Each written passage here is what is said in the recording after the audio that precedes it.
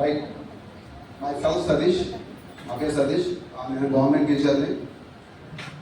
Okay, ఈ testimonies ఎందుకు చెప్పాలి అనే విషయం చెప్పి నేను నా గురించి చెప్తాను. ఓకే, వాయిస్ సరిపోతుందా?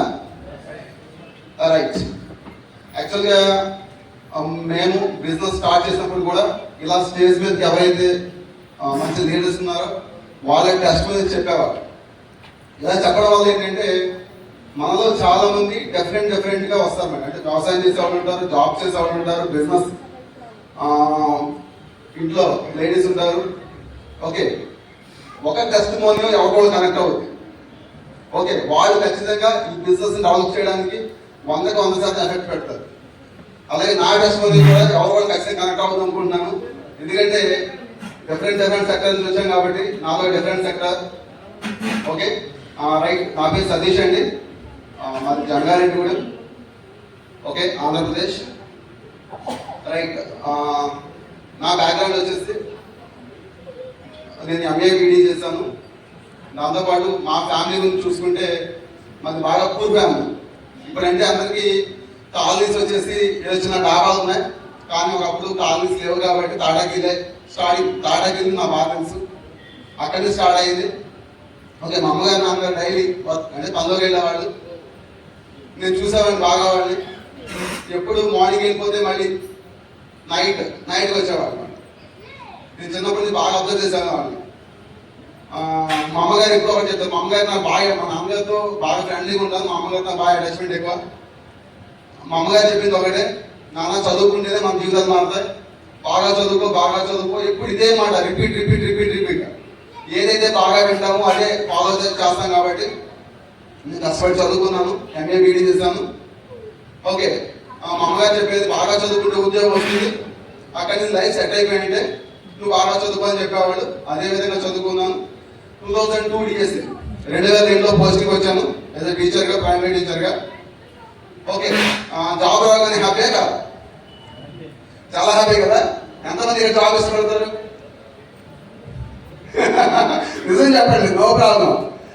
ఓకే, అందరూ ఇష్టపడతాం. కానీ ఇప్పుడు బిజినెస్ వచ్చేటప్పుడు మరి మనం చాలా మంది చేయట్లేదు, కానీ ఖచ్చితంగా గవర్నమెంట్ జాబ్ ఇస్తానికి ఇక్కడ ఉన్న వాళ్ళు చాలా మంది వచ్చి జాయిన్ అవుతారు.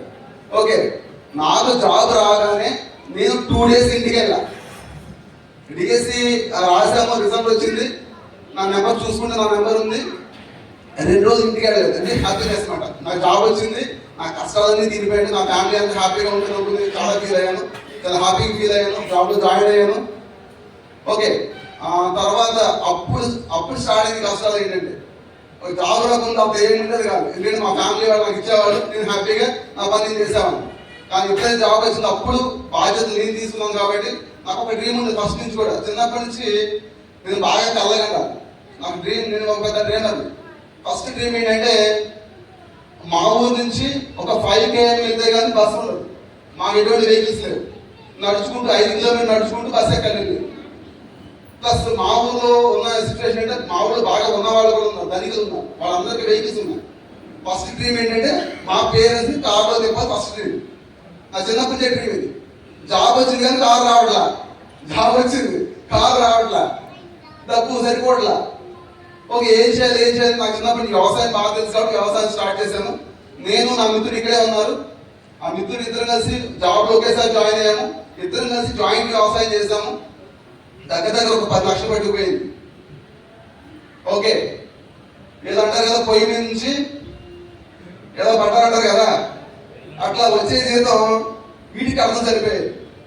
అంటే మొత్తం టర్న్ అయిపోయింది. వచ్చిన ఎంప్లాయీగా ఉన్నాను, గవర్నమెంట్ జాబ్ వచ్చింది, ఎవరి మంత్ శాలరీ వస్తుందనే ఆ పరిస్థితి నుంచి అప్పుల పాలు, అంటే అప్పులకు ఒకసారి డైవర్ట్ అయిపోయాను. ఓకే, తెలియకుండా 15 సంవత్సరాలు గడిచిపోయింది నా లైఫ్. జాబ్ వచ్చిన తర్వాత ఈ స్ట్రగుల్స్ 15 సంవత్సరాలు గడిచిపోయింది. దాంతోపాటు హెల్త్ ఇష్యూస్ బాగా ఇబ్బంది పెట్టాయి, డబ్బులు చాలా ఖర్చు పెట్టేవాళ్ళు దానికి. కరెక్ట్గా అదే టైంలో నాకు ఈ నెట్వర్కింగ్ అనేది నా లైఫ్లోకి వచ్చింది. అది కూడా హెల్త్ సప్లిమెంట్ ద్వారా వచ్చింది. మా మిస్సెస్ హెల్త్ సప్లిమెంట్స్ అంటే థైరాయిడ్ ప్రాబ్లం మేము వాడడం జరిగింది ఒక మిత్రుడి ద్వారా. ఓకే, ఫ్లాక్స్ జ్ఞానం వాడడం జరిగింది, మంచి రిజల్ట్ వచ్చింది. ఆ తర్వాత ఇలాగే మిమ్మల్ని ఎలా ఇన్వైట్ చేశారు, నన్ను ఇన్వైట్ చేశారు business ప్లాన్కి.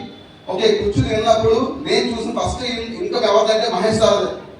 Mahesh sir Varahareddy sir income చూసి అప్పట్లో ఆయన 12 లక్షలు Mahesh sir. Okay, Varahareddy sir 7 లక్షలు ఎంత ఉంది. ఒక్కసారి నేను ఆలోచించబడింది, గవర్నమెంట్ ఎంప్లాయీ 15 సంవత్సరాల నుంచి ఉద్యోగం చేస్తున్నాను, నేను 40,000 తీసుకున్నాను, 15 సంవత్సరాలు 40,000 తీసుకుంటున్నాను, వీళ్ళేంటి 5 సంవత్సరాలు 6 సంవత్సరాలు 12 లక్షలు ఏంటో నాయన అనిపించింది నాకు. అంటే డబ్బు ఉంది, జాబ్ లో కాదు బిజినెస్ లో ఉన్న అప్పుడు అర్థమైంది. ఓకే, అప్పుడు కమిట్ అయ్యా నాది ఎలా ఉంటుందని కమిట్ అయితే ఎంత దూరం వెళ్తా. ఓకే, చాలా కమిట్మెంట్ గా వర్క్ స్టార్ట్ చేశాను, నేర్చుకుంటూ. ఓకే, ఫస్ట్ మంత్ నా బిజినెస్ ఇన్కమ్ 100 రూపాయలతో స్టార్ట్ అయింది. ఓకే, ఒక 1 year స్ట్రగుల్ చేస్తే అది 40,000కి వెళ్ళింది. అప్పటికి 15 సంవత్సరాలు జాబ్ చేస్తే 40,000 1 year లో 40,000 ఇక్కడ రీచ్ అయ్యాను. అండ్ ఈక్వల్ అయింది, అప్పుడు హ్యాపీ అనిపించింది. కానీ ఈ స్ట్రగుల్స్ తో నాది 100 రూపాయల నుంచి 2 lakhs ఇన్కమ్ వెళ్ళేపాటికి 100 రూపాయల నుంచి 2 lakhs ఇన్కమ్ ఇంచుమించు 4 years పట్టింది. అయినా హ్యాపీ, ఎందుకంటే 15 సంవత్సరాలు చేసిన 40,000 4 years లో 2 lakhs వెళ్ళింది. హ్యాపీ అనిపించింది. నా డ్రీమ్, నా చిన్నప్పటి డ్రీమ్ కారు, వెంటనే క్రీడా బ్లాక్ బయట ఉంది, 5569 కారు అనుకున్నాను. ఫార్మ్స్ ఎంజాయ్ చేశాను. ఓకే, ఎక్కువ ఫార్మ్స్ ఎంజాయ్ చేశాను. నాకు ఈ జర్నీలో ఏమి ఈజీ రాలా. 100 రూపాయలు ఇన్కమ్ 2 lakhs ఈజీగా వెళ్ళా. చాలా స్ట్రగుల్స్ ఫేస్ చేశాను. నిన్న మహేష్ సార్ మాట్లాడుతూ కొంతమందితో మాట్లాడితే తలగా ఎక్కడ కొట్టుకున్నారు, గుర్తుందా మాట?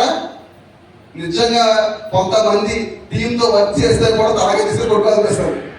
ఎందుకంటే మనం 10 చెప్తే 100 చెప్తే తిరిగి మనకి, అవునా? అలా టీంని కట్టే విషయంలో, టీం నిలబెట్టే విషయంలో చాలా కష్టపడ్డాము. చాలా టీం వచ్చింది, చాలా టీం వెళ్ళిపోయింది. టీం వస్తూ వెళ్ళిపోతూ. ఓకే, ఎవరైతే ఇలా శివసార్ మాట్లాడుతున్నారు కదా, డబ్బులు పెట్టి చాలా మంది తీసుకొచ్చి కూర్చోబెట్టాం. కాదు, ఒక్కడు నిలబడాల. డబ్బు పెట్టి తీసుకొచ్చి వ్యక్తి ఒక్కడు నిలబడాలి. ఎవరైతే స్వతహాగా వచ్చారో వాళ్ళు మాత్రం నిలబడ్డారు. వాళ్ళు ఈ రోజు లీడర్స్ గా ఇక్కడ ఉన్నారు. Okay, right. నేను చెప్పేది ఏంటంటే, ఈ నెట్వర్క్ లోనే డబ్బు ఉంది, ఈ బిజినెస్ లోనే డబ్బు ఉంది. మనం డబ్బు పెట్టి ఎక్కడ వేరే బిజినెస్ చేయలేము. ఇక్కడ ఆఫీస్ పెట్టకుండా, రూపాయి ఇన్వెస్ట్మెంట్ పెట్టకుండా, కేవలం నీ టైంని, ఓకే, నీ శ్రమను పెడితే నువ్వు కూడా 5% వెళ్ళొచ్చు. అది కూడా ఈ బిజినెస్ లోనే. అదే గట్టిగా నమ్మాను. ఈ రోజు వర్క్ చేసుకుంటూ వెళ్తున్నాను. ఓకే, లీడర్స్, నేను ఒకే లాస్ట్ ఒక మాట చెప్తాను. ఎక్కడా కూడా మీరు ఎదగాలని ఎవరు కోరుకోరు, మీ తల్లిదండ్రులు తప్ప.